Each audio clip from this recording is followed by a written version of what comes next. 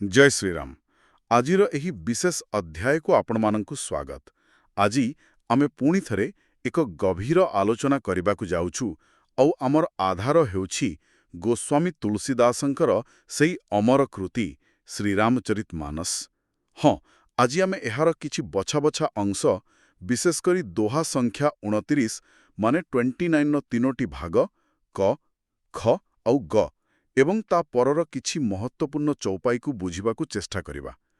एही पदगुड़िकु भितरे केवल कहानी नहीं, बहुत गभीर कथा औ आध्यात्मिक तत्व भी लुचि रहिछि। एही पवित्र बाणीर गभीरताकु औ एहार महत्वकु पूरापूरी अनुभव करिबा पई आमर एही आलोचनाकु शेष पर्यंत शुणिबे बोली आशा। औ हाँ, जदि आपणंकु एमिति ज्ञान बढ़ेबा भड़ी विषय भल लागे तेबे आम चैनल को सब्सक्राइब करिबाकु जमा भूलिबेनी। ताहाले आमर आगामी आलोचना गुड़िक भी आपणंक पाखरे सहजरे पहुंची जिवो। ठीक अछि, तेबे आसंतु आरंभ करिबा। प्रथमे देखिबा दोहा 29 क। मु पदटी पढुछि। प्रभु तरु तरकपि डार पर, तेकी आपु समान, तुलसी कहु न राम से, साहिब सील निधान। वाह, ଏହା ବାସ୍ତବରେ ଗୋଟେ ବହୁତ ସୁନ୍ଦର ଦୃଶ୍ୟର କଥା। ଦେଖନ୍ତୁ, ପ୍ରଭୁ ତରୁ ତର ମାନେ ପ୍ରଭୁ ଶ୍ରୀରାମ ନିଜେ ଗଛ ତଳେ ବସିଛନ୍ତି। हाँ, ଆଉ କପିଡାର ପର ବାନରମାନେ କିନ୍ତୁ ଗଛ ଡାଳ ଉପରେ। ଆଉ କେବଳ ସେତିକି ନୁହେଁ, ତେ କିଏ ଆପୁ ସମାନ, ପ୍ରଭୁ ସେମାନଙ୍କୁ ନିଜ ସମକକ୍ଷ କରିଦେଇଛନ୍ତି, ମାନେ ନିଜଠୁ ବି ଉଚ୍ଚ ଜାଗା ଦେଇ ସମ୍ମାନ ଦଉଛନ୍ତି। आश्चर्य कथा।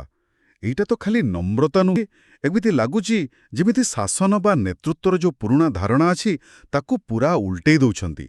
निज सांगरे थिबा लोकंकु एपरिकी बानरमानंकु निजठु उपरे बसेबा, एहा पछरे कोन केवल करुणा ना आउ किछि गभीर कथा अछि? ନାଇଁ ନାଇଁ, ନିଶ୍ଚୟ ଗଭୀର କଥା ଅଛି।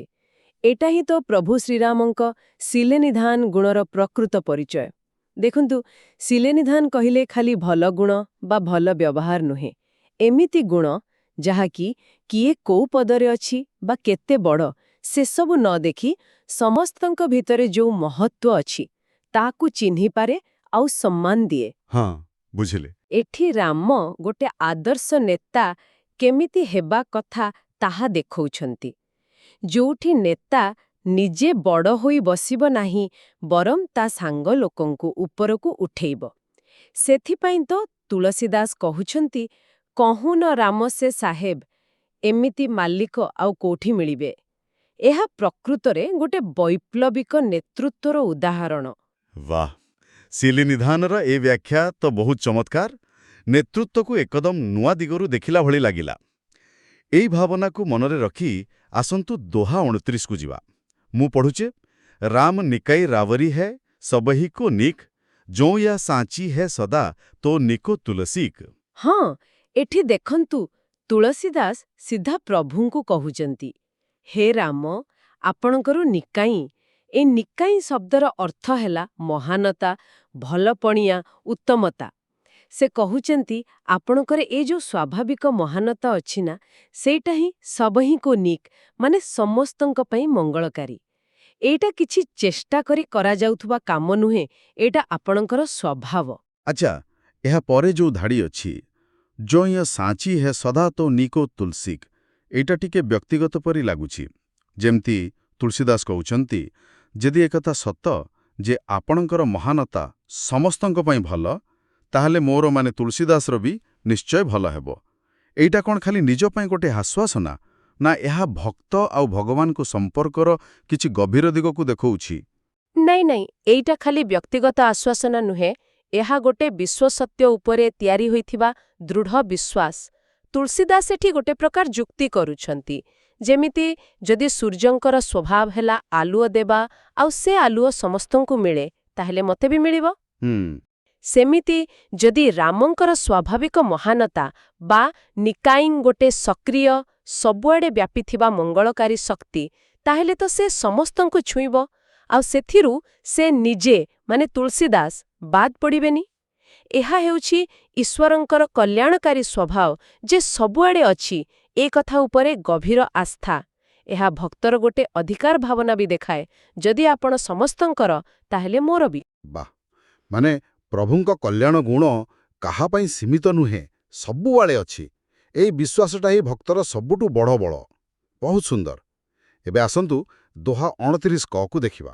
ମୁଁ ପଢ଼ୁଛି, ଏହି ବିଧି ନିଜ ଗୁଣ ଦୋଷ କହି ସବହି ବହୁରି ସିରୁ ନାଇଁ, ବରନଉ ରଘୁବର ବିଶଦ ଯଶୁ ଶୁଣି କଲି କଳୁଷ ନସାଇ। ଦେଖନ୍ତୁ, ଏଇ ଦୋହାରେ ତୁଳସୀଦାସ ପୁଣି ନିଜ କଥା କହୁଛନ୍ତି।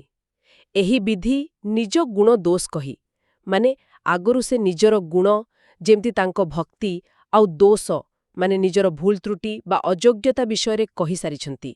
ଆଉ ସବହିଁ ବହୁରି ସିରୁ ନାହିଁ, ସମସ୍ତଙ୍କୁ ପୁଣି ଥରେ ମୁଣ୍ଡ ନୁଆଇ ପ୍ରଣାମ କରି ସେ ଏବେ ପ୍ରସ୍ତୁତ ହେଉଛନ୍ତି। କ'ଣ ପାଇଁ ପ୍ରସ୍ତୁତ ହେଉଛନ୍ତି? ବରନଉ ରଘୁବର ବିଶଦ ଯଶୁ। ଶ୍ରୀ ରଘୁବର ମାନେ ରାମଙ୍କର ବିଶଦ ଯଶୁ। ବିଶଦ ମାନେ ନିର୍ମଳ, ପବିତ୍ର। ତାଙ୍କର ସେଇ ନିର୍ମଳ ଯଶ ବା କୀର୍ତ୍ତି ବର୍ଣ୍ଣନା କରିବା ପାଇଁ। ଆଉ ଏହି ଯଶ କୀର୍ତ୍ତି ଶୁଣିଲେ କ'ଣ ହୁଏ? ଶେଷ ଧାଡ଼ିଟା ବଡ଼ ଆକର୍ଷଣୀୟ। ଶୁଣି କଲି କଳୁଷ ନସାଇ। ଏହା ଶୁଣିବା ମାତ୍ରେ କଳିଯୁଗର ସବୁ ପାପ ଦୋଷ, କଳି କଳୁଷ ନାଶ ହୋଇଯାଏ। ଏଇଟା ତ ବହୁତ ବଡ଼ କଥା ପରି ଲାଗୁଛି। ଖାଲି ଗୋଟେ କାହାଣୀ ବା ଯଶ ଶୁଣିଲେ ପାପ କେମିତି ନାଶ ହବ? ଏହାର ମାନେ କ'ଣ? କି ଶକ୍ତି ଅଛି ବର୍ଣ୍ଣନାରେ? ହଁ, ଏଇଟା ପ୍ରକୃତରେ ଭକ୍ତିମାର୍ଗର ଗୋଟେ ମୂଳ ବିଶ୍ୱାସ। ଦେଖନ୍ତୁ, ବିଶଦ ଯଶୁ କହିଲେ ଖାଲି ପ୍ରଶଂସା ଗୀତ ନୁହେଁ, ଏହା ସ୍ୱୟଂ ଭଗବାନଙ୍କର ସେଇ ଶୁଦ୍ଧ ନିର୍ମଳ ସ୍ୱରୂପର ଶବ୍ଦରେ ପ୍ରକାଶ।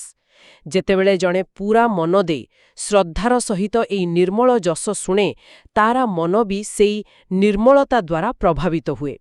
ମନର ଯୋଉ ମଇଳା ମାନେ ପାପ ଆଉ ଦୋଷ କଳୁଷ ସେଇ ପବିତ୍ର ଶବ୍ଦର ତରଙ୍ଗରେ ଧୋଇ ହୋଇଯାଏ ବୋଲି ବିଶ୍ୱାସ କରାଯାଏ। ଓହୋ! ଏଇଟା ଖାଲି କାହାଣୀ ଶୁଣିବା ନୁହେଁ, ଏକ ପ୍ରକାର ଆଧ୍ୟାତ୍ମିକ ଶୁଦ୍ଧି ପ୍ରକ୍ରିୟା। ଆଉ ତୁଳସୀଦାସ ନିଜର ବିନମ୍ରତା, ନିଜ ଗୁଣ ଦୋଷ କହି ନିଜକୁ ଏଇ ପବିତ୍ର କାମ ପାଇଁ ଆଗ ଯୋଗ୍ୟ କରୁଛନ୍ତି। ଆଉ ତାପରେ ସେଇ ଯଶ ଗାଉଛନ୍ତି, ଯାହାର ଏତେ ବଡ଼ ଅଲୌକିକ ଶକ୍ତି ଅଛି। ବୁଝିଲି। ମାନେ କହିବା ଲୋକର ବିନମ୍ରତା ଆଉ ଶୁଣିବା ଲୋକର ଶ୍ରଦ୍ଧା, ଏଇ ଦିଟା ମିଶିଲେ ଯାଇ ରାମକଥାର ପୂରା ପ୍ରଭାବ ପଡ଼େ। ଏହାପରେ ଆସୁଛି ଚୌପାଇଗୁଡ଼ିକ। ଏଠି କୁହାଯାଇଛି, ଏ କଥା କେଉଁଠୁ ଆସିଲା, କେମିତି ଆସିଲା? ଏଇଟା ବି ବଡ଼ ମଜାଦାର ଲାଗୁଛି। ମୁଁ ପ୍ରଥମ 2 ପଦ ପଢ଼ୁଛି। ଜାଗବଲିକ ଯୋ କଥା ସୁହାଇ, ଭରଦ୍ୱାଜ ମୁନିବର ହି ସୁନାଇ, କହିହୁ સોઈ સંવાદ બખાની, સુનહુ સકલ સજ્જન સુખમાની। ହଁ, ଏଠୁ କଥାର ଯାତ୍ରା ଆରମ୍ଭ ହେଲା। ତୁଳସୀଦାସ କହୁଛନ୍ତି, ଯୋ ସୁନ୍ଦର କଥା, କଥା ସୁହାଇ, ମହାମୁନି ଯାଜ୍ୟବଲ୍କ୍ୟ ଜାଗବଲିକ ଶ୍ରେଷ୍ଠ ମୁନି ଭରଦ୍ୱାଜଙ୍କୁ ଭରଦ୍ୱାଜ ମୁନିବର ହିଁ ଶୁଣେଇଥିଲେ, ସେହି ସମ୍ବାଦକୁ ସୋଇ ସମ୍ବାଦ ମୁଁ ଏବେ ବିସ୍ତାର କରି ବଖାନେ କହିବି। ଆଉ ସେ ସମସ୍ତ ସଜ୍ଜନଙ୍କୁ ସକଲ ସଜ୍ଜନ ଖୁସି ମନରେ ସୁଖ ମାନି ଶୁଣିବାକୁ ଡାକୁଛନ୍ତି। ଏକ ପ୍ରକାର ମଙ୍ଗଳାଚରଣ କରି କଥା ଆରମ୍ଭ କରୁଛନ୍ତି। କିନ୍ତୁ ପ୍ରଶ୍ନ ହେଲା, ଯାଜ୍ୟବଲ୍କ୍ୟ ଏ କଥା କୋଉଠୁ ପାଇଲେ? ପରବର୍ତ୍ତୀ ପଦଗୁଡ଼ିକ ବୋଧେ ଏ ରହସ୍ୟ ଖୋଲୁଛି। ଶମ୍ଭୁ କିହ୍ନୁ ଏହା ଚରିତ ସୁହାବା, ବହୁରି କୃପା କରି ଉମହି ସୁନାବା, સોઈ ଶିବ କାଗଭୂଷୁଣ୍ଡିହି ଦୀନହା, ରାମ ଭଗତ ଅଧିକାରୀ ଚିହ୍ନା। ଏକଦମ ଠିକ୍। ଏଠି କଥାର ମୂଳ ଉତ୍ସ କୁହାଗଲା। ଶମ୍ଭୁ କିନ୍ ୟହ ଚରିତ ସୁହାବା। ଏଇ ସୁନ୍ଦର ରାମଚରିତକୁ ସବୁଠୁ ଆଗେ ଭଗବାନ ଶମ୍ଭୁ ମାନେ ଶିବ ନିଜେ ରଚନା କରିଥିଲେ ବା ମନରେ ଧାରଣା କରିଥିଲେ। ବହୁରି କୃପା କରି ଓମହି ସୁନାବା। ତାପରେ ସେ ଦୟାକରି ନିଜ ପତ୍ନୀ ମାତା ପାର୍ବତୀ ବା ଉମାଙ୍କୁ ଏହା ଶୁଣେଇଲେ। ଆଉ ତାପରେ ଶିବଙ୍କଠୁ ଏହା କାକଭୂଷୁଣ୍ଡିଙ୍କ ପାଖକୁ ଗଲା। સોઈ ଶିବ କାକଭୂଷୁଣ୍ଡିହି ଦୀନହା, ରାମ ଭଗତ ଅଧିକାରୀ ଚିହ୍ନା। ଏହାର ମାନେ କ'ଣ? କାହିଁକି କାକଭୂଷୁଣ୍ଡି? କିଛି ବିଶେଷ କାରଣ ଥିଲା କି? ହଁ, ଏଇଟା ଗୋଟେ ବହୁତ ଗୁରୁତ୍ୱପୂର୍ଣ୍ଣ କଥା। ଭଗବାନ ଶିବ ସେଇ କଥା କାକଭୂଷୁଣ୍ଡିଙ୍କୁ ଦେଲେ କାରଣ ରାମଭକ୍ତ ଅଧିକାରୀ ଚିହ୍ନା। ସେ ଚିହ୍ନି ପାରିଲେ ଯେ କାକଭୂଷୁଣ୍ଡି ହେଉଛନ୍ତି ଶ୍ରୀରାମଙ୍କର ଜଣେ ଯୋଗ୍ୟ ମାନେ ଅଧିକାରୀ ଭକ୍ତ, ଯିଏ ଏ ଗଭୀର ଜ୍ଞାନକୁ ଧରି ରଖିବାକୁ ଆଉ ଏହାର ମର୍ଯ୍ୟାଦା ରଖିବାକୁ ସକ୍ଷମ। ଓହୋ, ମାନେ ଯୋଗ୍ୟତା ଦେଖେ ହିଁ ଏ ଜ୍ଞାନ ଦିଆଯାଇଥିଲା, କେବଳ ଭକ୍ତ ହେଲେ ହେବନି। ହଁ, ଠିକ୍ ସେୟା। ଏହା ସୂଚଉଛି ଯେ ଏମିତି ପବିତ୍ର ଜ୍ଞାନ କେବଳ ଯୋଗ୍ୟ ଲୋକକୁ ହିଁ ଦିଆଯାଏ। ଜ୍ଞାନ କେମିତି ପ୍ରସାର ହେବ, ସେଥିରେ ଯିଏ ଗ୍ରହଣ କରୁଛି ତାର ଯୋଗ୍ୟତା ବହୁତ ବଡ଼ କଥା। ବୁଝିଲି। ତାହେଲେ ଏଇଟା ଖାଲି ଗୋଟେ ସାଧାରଣ କାହାଣୀ ନୁହେଁ, ଗୋଟେ ପବିତ୍ର ଜ୍ଞାନ ଯାହା ଯୋଗ୍ୟତା ଦେଖି ହସ୍ତାନ୍ତର ହେଉଛି। ଶିବଙ୍କଠୁ ପାର୍ବତୀ, ତାପରେ କାକଭୂଷୁଣ୍ଡି ତାପରେ କ'ଣ ହେଲା ଆଗାମୀ ପଦଗୁଡ଼ିକ? ତେହିସନ ଜାଗବଲିକ ପୁନି ପାवा ତିନଃ ପୁନି ଭରଦ୍ୱାଜ ପ୍ରତି ଗାवा ते श्रोता बक्ता समसीला सबंदरसी जानहि हरिलीला जानहि तीनि काल निज ज्ञान करतलगत आमलक समाना और जे हरिभगत सुजाना कहीं ही सुनहि समुझहि विधिनाना। ହଁ ଏଠି ପରମ୍ପରା ଆଗକୁ ବଢ଼ୁଛି। ତେହିସନ ଜାଗବଲିକ ପୁନି ପାवा ସେଇ କାକଭୂଷୁଣ୍ଡିଙ୍କଠାରୁ ମୁନି ଯାଜବଳ୍କ ପୁଣି ଏ କଥା ପାଇଲେ। ତିହ୍ନୋ ପୁନି ଭରଦ୍ୱାଜ ପ୍ରତି ଗାवा ଆଉ ଯାଜବଳ୍କେ ତାକୁ ଭରଦ୍ୱାଜଙ୍କୁ ଶୁଣେଇଲେ ବା ଗାଇଲେ। ଆଉ ଏବେ ଏଇ ପରମ୍ପରାର ଯିଏ କହୁଥିଲେ ଆଉ ଯିଏ ଶୁଣୁଥିଲେ ତାଙ୍କ ବିଷୟରେ କୁହାଯାଉଛି। ତେ ଶ୍ରୋତା ବକ୍ତା ସମଶିଲା ସେମାନେ ମାନେ କାକଭୂଷୁଣ୍ଡି ଯାଜବଳ୍କ୍ୟ ଆଉ ଯାଜବଳ୍କ୍ୟ ଭରଦ୍ୱାଜ ଏମାନେ ସମସ୍ତେ ଶ୍ରୋତା ଓ ବକ୍ତା ହିସାବରେ ସମଶିଲା ମାନେ ସମାନ ଭଲ ଚରିତ୍ର ଆଉ ସମାନ ଯୋଗ୍ୟତା ରଖିଥିଲେ। ଆଉ ସବନ୍ଦରସି ଜାନହି ହରିଲୀଲା ସେମାନେ ସବୁକିଛି ଦେଖିପାରୁଥିଲେ ମାନେ ସର୍ବଦର୍ଶୀ ଥିଲେ ଆଉ ପ୍ରଭୁ ହରିଙ୍କର ଲୀଳାକୁ ବି ଭଲ ଭାବେ ଜାଣିଥିଲେ। ସମଶିଲା ଆଉ ସର୍ବଦର୍ଶୀ ଏଗୁଡ଼ାକ ତ ସାଧାରଣ ଗୁଣ ନୁହେଁ। ପୁଣି କୁହାଯାଉଛି ଜାଣି ହିଁ ତିନି କାଲ ନିଜ ଜ୍ଞାନା କରତଲଗତ ଆମଲକ ସମାନା। ଏହାର ମାନେ କ'ଣ? ଏତେ ଜ୍ଞାନୀ ଥିଲେ ସେମାନେ? ହଁ ଏଇଟା ତାଙ୍କ ଜ୍ଞାନର ଗଭୀରତାକୁ ଦେଖଉଛି। ଜାଣି ହିଁ ତିନି କାଳ ନିଜ ଜ୍ଞାନା ସେମାନେ ନିଜ ଜ୍ଞାନ ବଳରେ ତିନି କାଳ ମାନେ ଅତୀତ ବର୍ତ୍ତମାନ ଭବିଷ୍ୟତ ସବୁ ଜାଣିପାରୁଥିଲେ। କେମିତି ଜାଣୁଥିଲେ? କରତଲଗତ ଆମଲକ ସମାନା ଯେମିତି ହାତ ପାପୁଲିରେ ଗୋଟେ ଅଁଳା ଆମଲକ ରଖିଲେ ପୁରା ସଫା ସଫା ଦେଖାଯାଏ ଆଉ ବୁଝାପଡ଼େ, ଠିକ୍ ସେମିତି ସେମାନଙ୍କ ପାଇଁ ତିନି କାଳ ପୁରା ସ୍ପଷ୍ଟ ଥିଲା। ଏଇଟା ତାଙ୍କର ଅସାଧାରଣ ଯୋଗସିଦ୍ଧି ଆଉ ଜ୍ଞାନ କଥା କହୁଛି।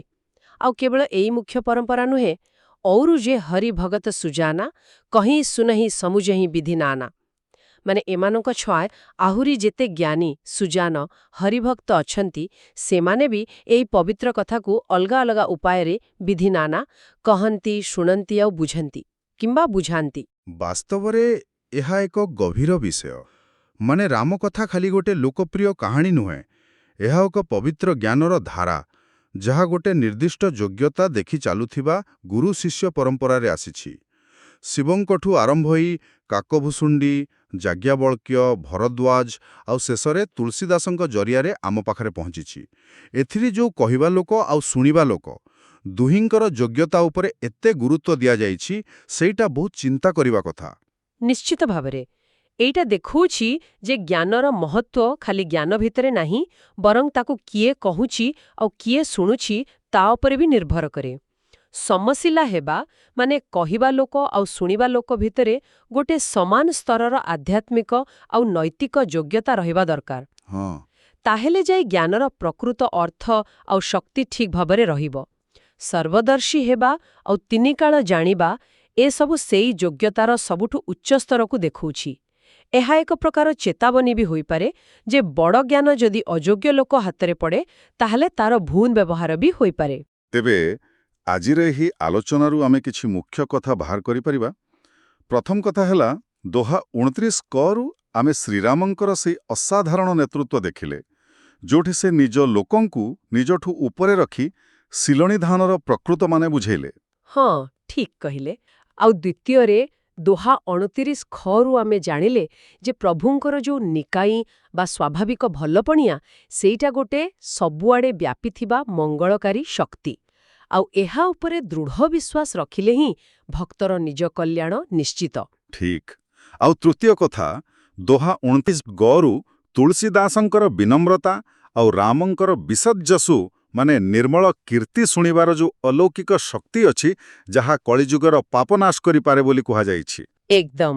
ଏବଂ ଚତୁର୍ଥରେ ପରବର୍ତ୍ତୀ ଚଉପାଇଗୁଡ଼ିକରୁ ଆମେ ରାମକଥାର ପବିତ୍ର ଆରମ୍ଭ ମାନେ ଶିବଙ୍କଠାରୁ ଆଉ ତାପରେ ଏହାର ଯୋଗ୍ୟତା ଦେଖି ଚାଲିଥିବା ଗୁରୁ ଶିଷ୍ୟ ପରମ୍ପରା କାକଭୂଷୁଣ୍ଡି ଯାଜ୍ଞବଲ୍କ୍ୟ ଭାରଦ୍ୱାଜ ଏ ବିଷୟରେ ଜାଣିଲେ। ଏଥିରେ କହିବା ଲୋକ ଆଉ ଶୁଣିବା ଲୋକ ଦୁହିଁଙ୍କର ସମଶିଲା ସର୍ବଦର୍ଶୀ ହେବାର ମହତ୍ୱ ବିଷୟରେ କୁହାଗଲା। ମାନେ ଏହା ଖାଲି କାହାଣୀ ନୁହେଁ, ଗୋଟେ ଜୀବନ୍ତ ଜ୍ଞାନ ପରମ୍ପରା। ବାଃ, ଏ ଆଲୋଚନା ପ୍ରକୃତରେ ଆମକୁ ଶ୍ରୀରାମଚରିତ ମାନସର ଗଭୀରତା ବିଷୟରେ ଗୋଟେ ନୂଆ ଦୃଷ୍ଟି ଦେଲା। ଯଦି ଆମ ଶ୍ରୋତାମାନଙ୍କୁ ଆମର ଏହି ଚେଷ୍ଟା ଆଉ ଆଲୋଚନା ଭଲ ଲାଗିଥାଏ, ତେବେ ନିଶ୍ଚୟ ଏହାକୁ ଲାଇକ୍ କରନ୍ତୁ। ଆଉ ହଁ, ଏହାକୁ ନିଜ ପ୍ରିୟ ଲୋକ, ସାଙ୍ଗସାଥୀଙ୍କ ସହ ସେୟାର କରନ୍ତୁ, ଯାହାଫଳରେ ସେମାନେ ବି ଏହି ମହାନ ଗ୍ରନ୍ଥର ଜ୍ଞାନରୁ କିଛି ପାଇପାରିବେ। ଭଗବାନ ଶ୍ରୀରାମଙ୍କ କୃପା ସବୁବେଳେ ସମସ୍ତଙ୍କ ଉପରେ ରହିଥାଉ। ଆଉ ନିଜର ଭକ୍ତିଭାବ ଦେଖାଇବା ପାଇଁ ଆଉ ଆମ ସହ ଯୋଡ଼ି ହୋଇ ରହିଛନ୍ତି ବୋଲି ଜଣାଇବା ପାଇଁ କମେଣ୍ଟ ବକ୍ସରେ ଜୟ ଶ୍ରୀରାମ ଲେଖିବାକୁ ଭୁଲିବେନି। ଆପଣଙ୍କର ଏହି ପ୍ରତିକ୍ରିୟା ଆମକୁ ଆହୁରି ଉତ୍ସାହ ଦେବା। ଶ୍ରୀରାମଚରିତ ମାନସର ଏହି ଅସୀମ ଜ୍ଞାନ ସମୁଦ୍ରରୁ ଆହୁରି କିଛି ମୋତି ସଂଗ୍ରହ କରିବା ପାଇଁ ଆମେ ପୁଣି ଚେଷ୍ଟା କରିବୁ। ଆଗାମୀ ଅଧ୍ୟାୟ ବା ଶ୍ଲୋକଗୁଡ଼ିକର ଆଲୋଚନା ଶୁଣିବା ପାଇଁ ଆମ ସହ ନିଶ୍ଚୟ ଯୋଡ଼ି ହୋଇ ରହନ୍ତୁ। ଆଉ ଗୋଟେ କଥା, ଆଜି ଆମେ ଯୋଉ ଯୋଗ୍ୟତା ଉପରେ ଆଧାରିତ ଜ୍ଞାନ ପରମ୍ପରା କଥା କହିଲେ, କେମିତି ଶିବଙ୍କଠାରୁ କାକଭୂଷୁଣ୍ଡି, ଯାଜ୍ଞବଲ୍କ୍ୟ, ଭରଦ୍ୱାଜଙ୍କ ପରି ସମଶିଲା ଆଉ ସର୍ବଦର୍ଶୀ ଲୋକଙ୍କ ଦ୍ୱାରା ଏ ଜ୍ଞାନ ଆଗକୁ ବଢ଼ିଲା, ଏଟା ଆମକୁ ଆଜିକାଲିର ଦୁନିଆ ବିଷୟରେ ଟିକେ ଚିନ୍ତା କରିବାକୁ ବାଧ୍ୟ କରୁଛି। କେମିତି? ଦେଖନ୍ତୁ, ଆମେ ପ୍ରତିଦିନ କେତେ ପ୍ରକାରର ସୂଚନା, କେତେ ଜ୍ଞାନ କେତେ ଜାଗାରୁ ପାଉଛୁ। ଇଣ୍ଟରନେଟ୍, ସୋସିଆଲ ମିଡିଆ, ଖବରକାଗଜ, ଟିଭି। କିନ୍ତୁ ଆମେ କେବେ ଭାବୁଛୁ କି ସେ ସୂଚନା ବା ଜ୍ଞାନ ଯୋଉଠୁ ଆସୁଛି ସେ ଉତ୍ସଟା କେତେ ଯୋଗ୍ୟ? ଯୋଉ ଲୋକ ବା ଯୋଉ ମାଧ୍ୟମରୁ ଆମେ ଶିଖୁଛୁ ତାଙ୍କର ଶୀଳ ବା ଯୋଗ୍ୟତା କେତେ? କ'ଣ ସବୁ ସୂଚନା ଶୁଣିବା ବା ଗ୍ରହଣ କରିବା ଯୋଗ୍ୟ? ଏଇ ଯୋଉ ପୁରୁଣା ବିଚାର ଆଜିର ଏଇ ଇନଫର୍ମେସନ ଓଭରଲୋଡ୍ ଯୁଗରେ କେତେ ଦରକାରୀ ସେଇଟା ଟିକେ ଭାବିବା କଥା। ବହୁତ ଗୁରୁତ୍ୱପୂର୍ଣ୍ଣ କଥା କହିଲେ। ନିଶ୍ଚୟ ଚିନ୍ତା କରିବାର ବିଷୟ। ଜୟ ଶ୍ରୀରାମ। ଆପଣ ଶୁଣୁଛନ୍ତି ରେଡିଓ ତୋଷାଳୀ, ଆମ ମାଟିର ସ୍ୱର।